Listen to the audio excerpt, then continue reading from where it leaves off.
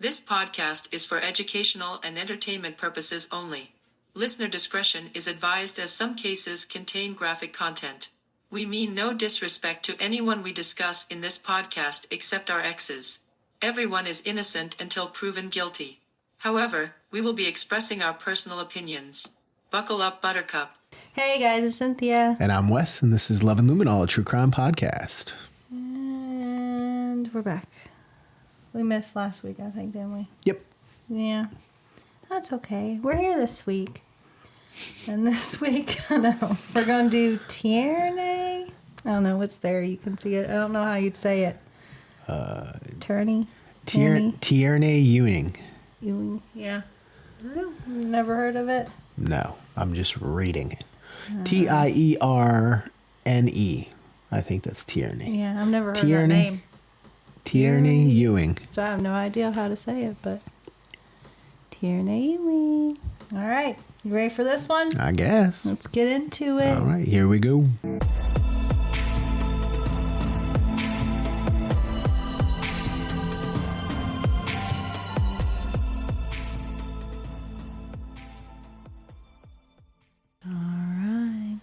Do you have any news?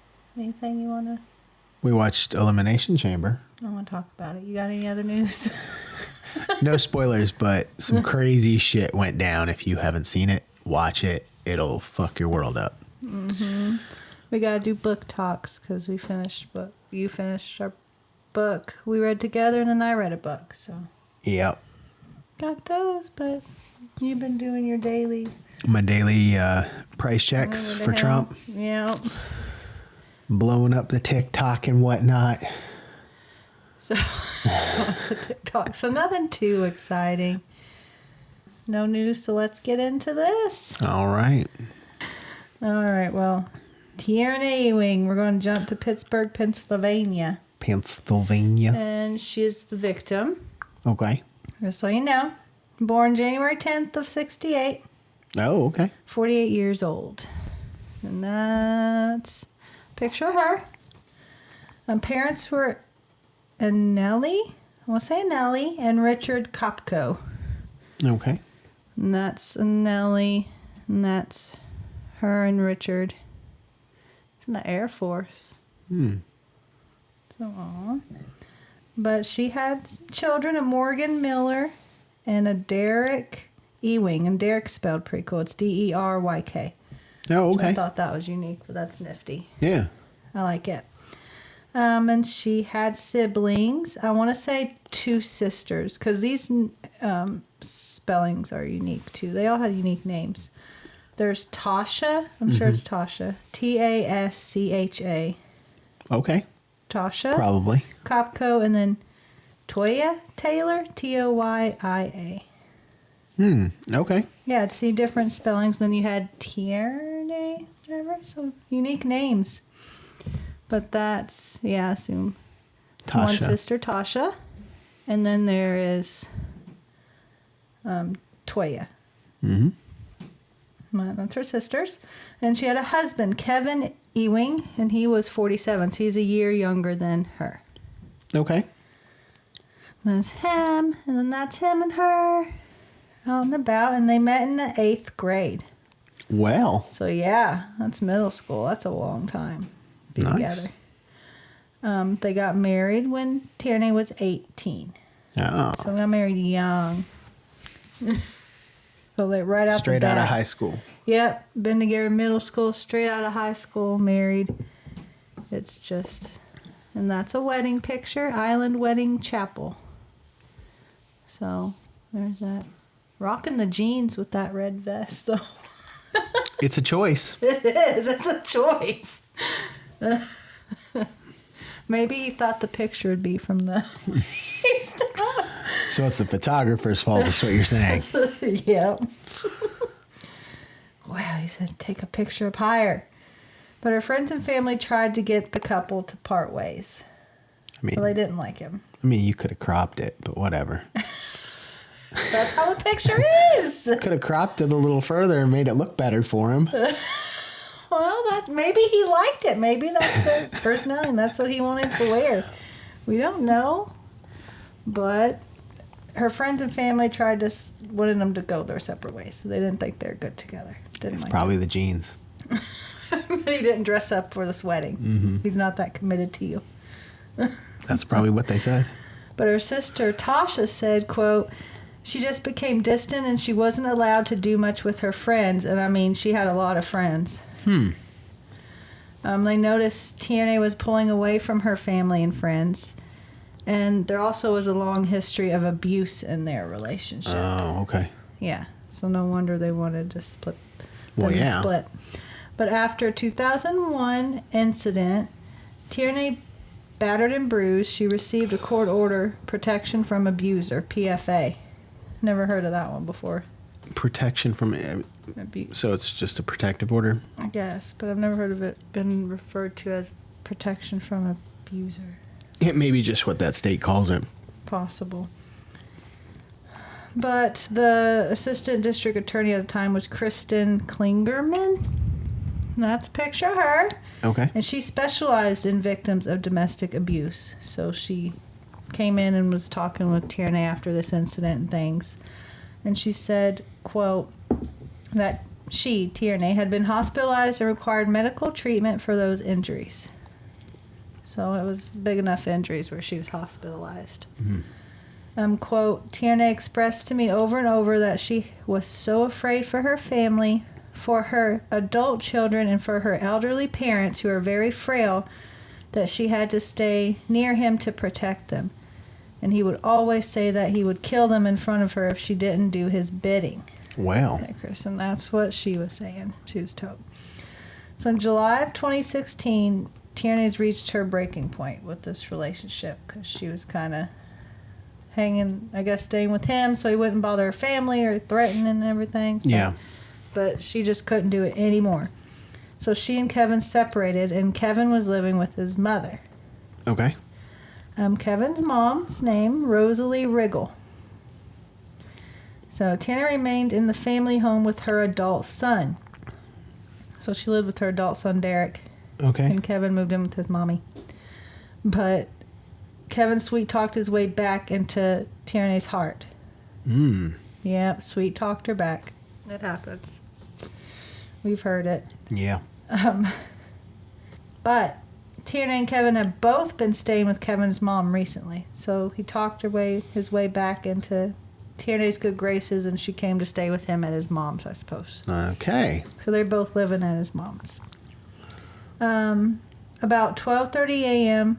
on a Tuesday, Kevin kidnapped Tierne at gunpoint from his mother's house and returned her to their home. What the fuck? Yeah.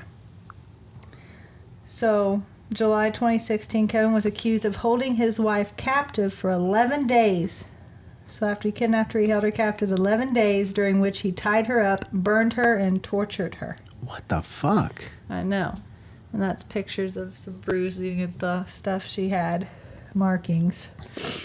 And there's 5 pictures, because it's times 5. So that's one picture. There's bruising. Have to keep count. So no, there's some cuts and scrapes and things. Kneecap looks pretty bruised. Yeah.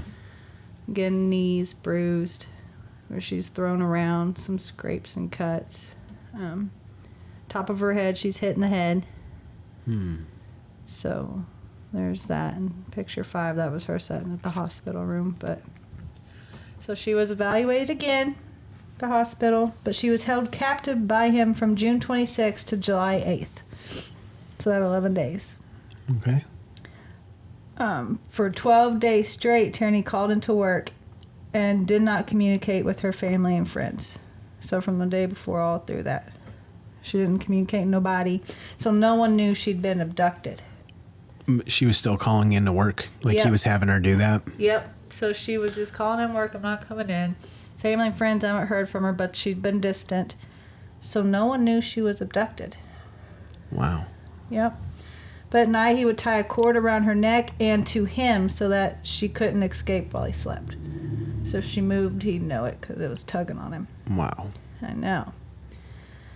He took her everywhere with him, including the bathroom. Yep. Tierne told police that Kevin beat and pistol whipped her, spat on her, kept her hands tied with wire, and branded her legs with a piece of hot metal. So torturing her is all he was doing. Yeah. On July 8th, 2016, Kevin drove Tierne at gunpoint to a local credit union. So this is the last day she was kept. He drove her to a local bank to pay their mortgage. You gotta pay those bills. So he drove her to the bank. That's her coming in the bank to pay the mortgage. Mm-hmm. But employees were noticing, she's acting weird, and she eventually told the teller she's being held against her will. So the employees called the police and took Tierne into another room. And then the police found Kevin in the parking lot with a rifle, a handgun, and a knife in the truck. Wow. Yep. Upon their evaluation of her knees, they were all bruised, you saw, because he took a hammer to her knees. She couldn't run. Yeah. When police searched their home, they found used zip ties, duct tape, and blood. And I'm like, I wonder why the adult son didn't. Like, she stayed with him for a while, and then she took off. Well, she went to go live with him and his mom, and then... But then it said when he kidnapped her, he returned her to their home. But I thought the older son lived there, so did he not notice none of this? I'm a little lost on that, too, unless they had a separate home. Yeah, unless he was separate somewhere. Like, they have a home together, but he moved in with his mom. She went to go stay with the son, and then she went back to his mom's place to stay with him for a minute, and then they went to their existing home. Yeah, I don't. That's the way I'm understanding it, but still. Yeah, because I'm like, if he was there, how did he not know this? It's weird that she would go live with the son when she has a home. Maybe a protection thing. Maybe. It was an older son as another man. But then why move into the house with his mother if they had a house when she went back? I don't know. I was just curious on that. Unless I don't think I read it. But for some reason I was thinking he maybe, because of his domestic violence and protective order, he was on house arrest, or he had to be home. Maybe. Oh. So to stay with them, and then he took her from his mom's house at gunpoint and made her go home. Yeah. So maybe she stayed with him because he was court ordered to be there. He couldn't leave. Maybe. He had to live with his mom, so she stayed with them. I don't know. But that's why I was like, that's confusing. But Tierne's parents did not learn of her kidnapping until they saw it in the local paper. Wow. Yeah. So she didn't even bring the shit up to her family afterwards. They read it in the paper. Yeah. But this is what her dad said, and I'm like, that's the weirdest thing to say. But her dad said, quote, July wasn't the worst. She'd been beat so bad before then. So I'm like, what? Wow. Yeah, I was like, that's a weird quote. Like, you think this one's bad. You should have seen it a couple of months ago. Got. He goes, oh, she's had worse. I'm like, what? So I thought that was a little weird response to that. Yeah, that is a weird. Yeah. It's a weird comment. But her husband, Kevin, was being charged with kidnapping, aggravated assault, terroristic threats, false imprisonment, and then some other crimes. He's a doozy. But Tierne had staples closing a cut in her hand or her head, which was a home remedy, that she told police was caused when her husband hit her with a wooden gun stock. Wow. So I guess he hit her in the head, split her head, and they decided to fix it with staples at home. So, because it says a home remedy. But he was given a $100,000 bail. It wasn't very much. No. Set by Washington County Magisterial District Judge Mark Wilson. It's a long title. Mm-hmm. But Kristen filed a motion to get the bail increased. So that's what was that, district attorney? Yeah. Yeah, to get it increased, saying, quote, the current amount of bond set at a mere $100,000 is insufficient and inappropriate amount for the gravity and severity of the crime. Well, yeah. She also said, quote, the defendant is unlikely to comply with the conditions of the bail bond. She said he ain't going to listen anyway. He's going to try to jump bail anyway. So. Yep. At the hearing on the motion, so there's a different judge, Garen Gilman, kept Kevin's bail at $100,000. So kept it the way it was. while requiring GPS and home monitoring. So maybe that's what I was thinking. But requiring GPS and home monitoring essentially to put him on, quote, full lockdown while out of jail. Okay. So he's like, his bail's low, but we're going to put a tracker on him. Which, I mean, that makes all the difference. He didn't listen the last day, just kidnapped his wife. Yeah. It ain't like he's going to be like, oh, I got a bracelet on my ankle. I need to stay put. I better do as I'm told now. No, he'll pop that sucker off probably. But the bail was paid by a bondsman. She believes, which is Kristen, believes Kevin should not have been allowed out of jail after his last arrest for torturing his wife. Because he was arrested before for beating her and stuff, had a protective order. Now he tortured her and kidnapped her, all that. She's like, he shouldn't have been allowed out. Yeah. He should have been kept, which yes, he should have. But we're going to jump to August 30th of 2016. And they'd been married for 30 years. 30 years of this shit. Wow. And for several weeks, it seemed like Kevin was following the judge's order. Yeah. For several weeks. State Police Trooper Sarah Teagarden said, quote, he hadn't violated any of the conditions of that bond, and I think he did that intentionally. I really think that he thought, if I just play the good guy, if I show her I'm willing to change, I'm willing to abide by all these conditions and move on with my life, do the right thing. I think he did all of those to try to draw her back in and sucker her back in and get access to her again. So she's like, he was behaving, but I think it was a show. And if that was his plan, it worked because she, sweet talked her again. But Tierne was at her mother-in-law's house, so his mom's house, on Blockhouse Run Road in West Findlay Township. So she went back to him in his mom's house. Oh, Lord. And around 8:30 p.m., his mom told investigators she heard the two arguing downstairs, then saw her son holding a gun while, quote, yelling at the victim and destroying items in the house. So, yeah, he's at it again. Like, oh, this guy. She told police that Kevin made Tierne pack bags full of clothing and food, and then forced her into a vehicle before handing his mother the ankle bracelet that he cut off. Lovely. Yeah, so like we thought, he wasn't going to listen. He's like, here, you hold that. I'm leaving. Oh, my God.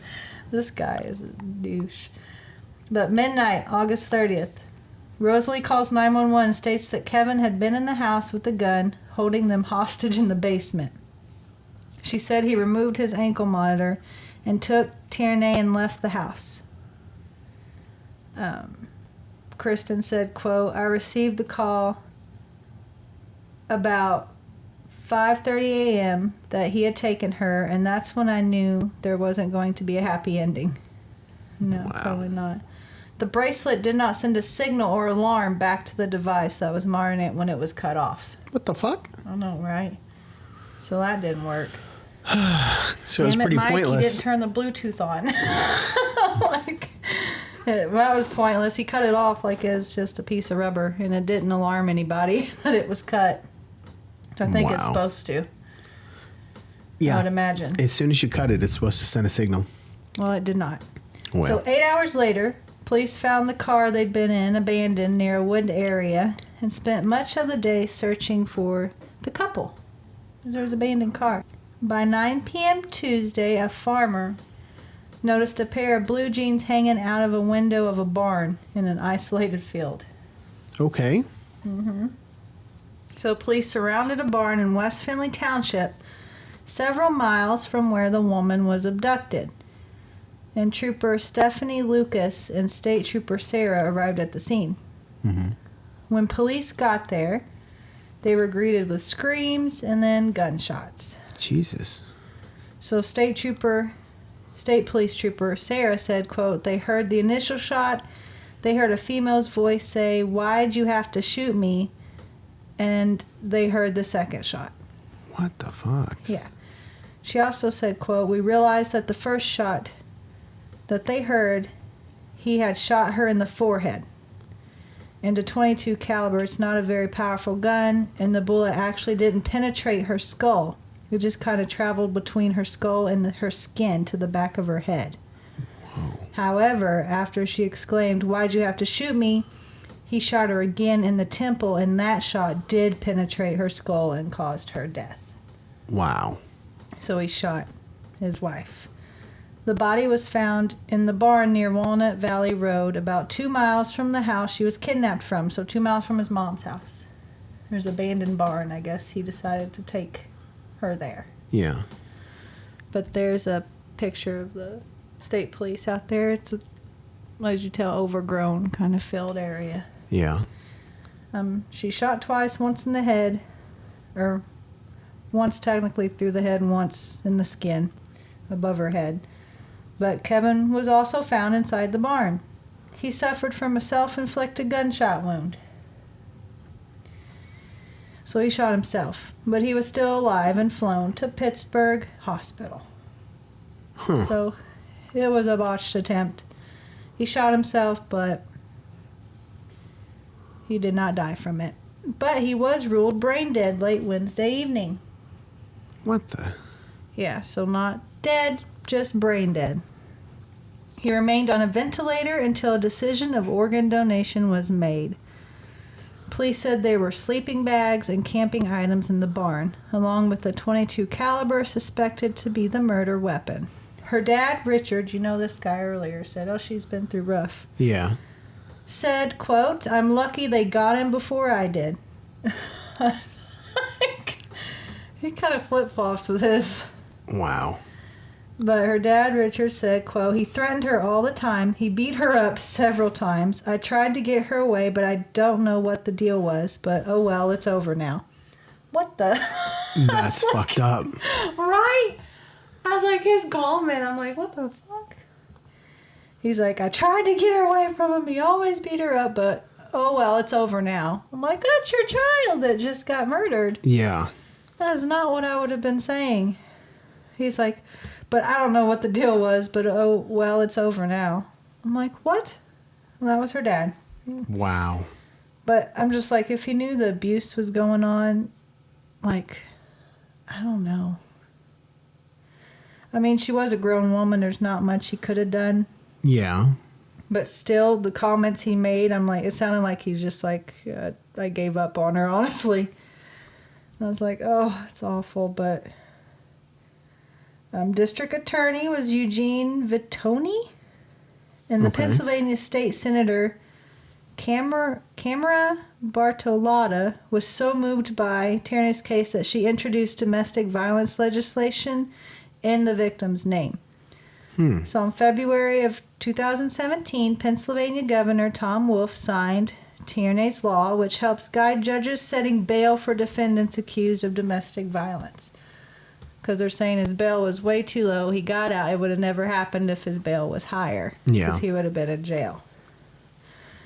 So there was that legislation moved for that. But it lets county courts set guidelines for assessing whether a defendant in such cases poses a threat. So that way they can assess bail and all that. But this case was... I got this case from a YouTube video. I think it was M7 Crime. I put M7 Crime on YouTube. Yeah. But it was one of the 7 most disturbing cases you have ever heard. So that's where I got this case from. So if you want to YouTube that, M7 Crime, 7 most disturbing cases, you can listen to what they said about this. But that's all I got for... Yeah. It's a horrible, horrible case. Yeah. It is. Thoughts to her parents and her children, sisters, her family. Yeah, definitely. The people that got his organs. Like, they never know, but I don't think they tell you. Yeah. But that's it. Sometimes it's just an awful situation. Yeah. But I mean, they're both gone. It's a shame. They're both gone, but a shame he was let out with the low bail in the first place. Yeah. I mean, it's like they didn't take it seriously. No. And it's just heartbreaking, but heartbreaking that I'm surprised his ankle monitor didn't do nothing. That's the other thing. The ankle monitor didn't like even... worrisome. Yeah. Now it makes you wonder, like, do they ever alarm if someone... They tell you it's supposed to, but... Yeah. Makes you rethink some things and kind of creeps you out, but... That's all I got today for you. All right. Well, if feel free to like and subscribe. Check out your TikToks. Yeah, I mean, Banter a little.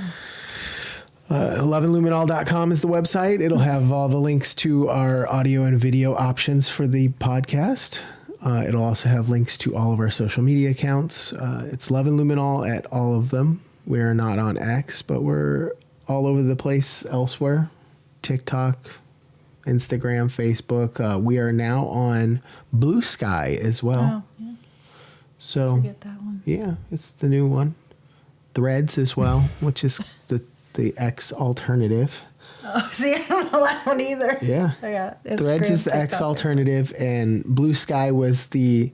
It's kind of like X as well, but it was supposed to be like where all the TikTok people were going when it was getting banned. Yeah. I guess it looks kind of like X, but then there's like apps you can add, and I guess people were developing TikTok-like apps to use within the Blue Sky format. So that was going to be interesting, but we're on there as well. But yeah, feel free to like and subscribe and follow us on all those. Message us if you like. If you're into the political humor, I've been posting a lot of content that way as well. His mom's basement. Yeah, supposedly I'm in my mom's basement. Yes. Yeah, they think they're fun. They think they're fun. They think they're funny. Yeah. And I don't know if you'll add the picture, but Patches is sitting there like Paul Heyman behind here just staring at us. She's the director. She's It's behind the camera. hilarious. So if we think of it, I'll take a picture of her. She's still there. You can stick it in the video. If not, you'll just see me sitting here, my finger hanging up. Like, I don't know what you're talking about, but she's just been sitting back there like a director. Yep. She's our wise woman. She said, and cut. But yeah, so we do book talk today, I think. Yeah, we'll probably do that right after this, real quick. No matter. It'll be up before this video, so. Yeah. Like So it'll be either, we'll do it either after this or So if you haven't tomorrow. happened to see it by now, go check out our book talks. See what we're reading next if you got interest. But that's all I got. All right. Well, we'll see you guys next time. See ya. Bye. Bye.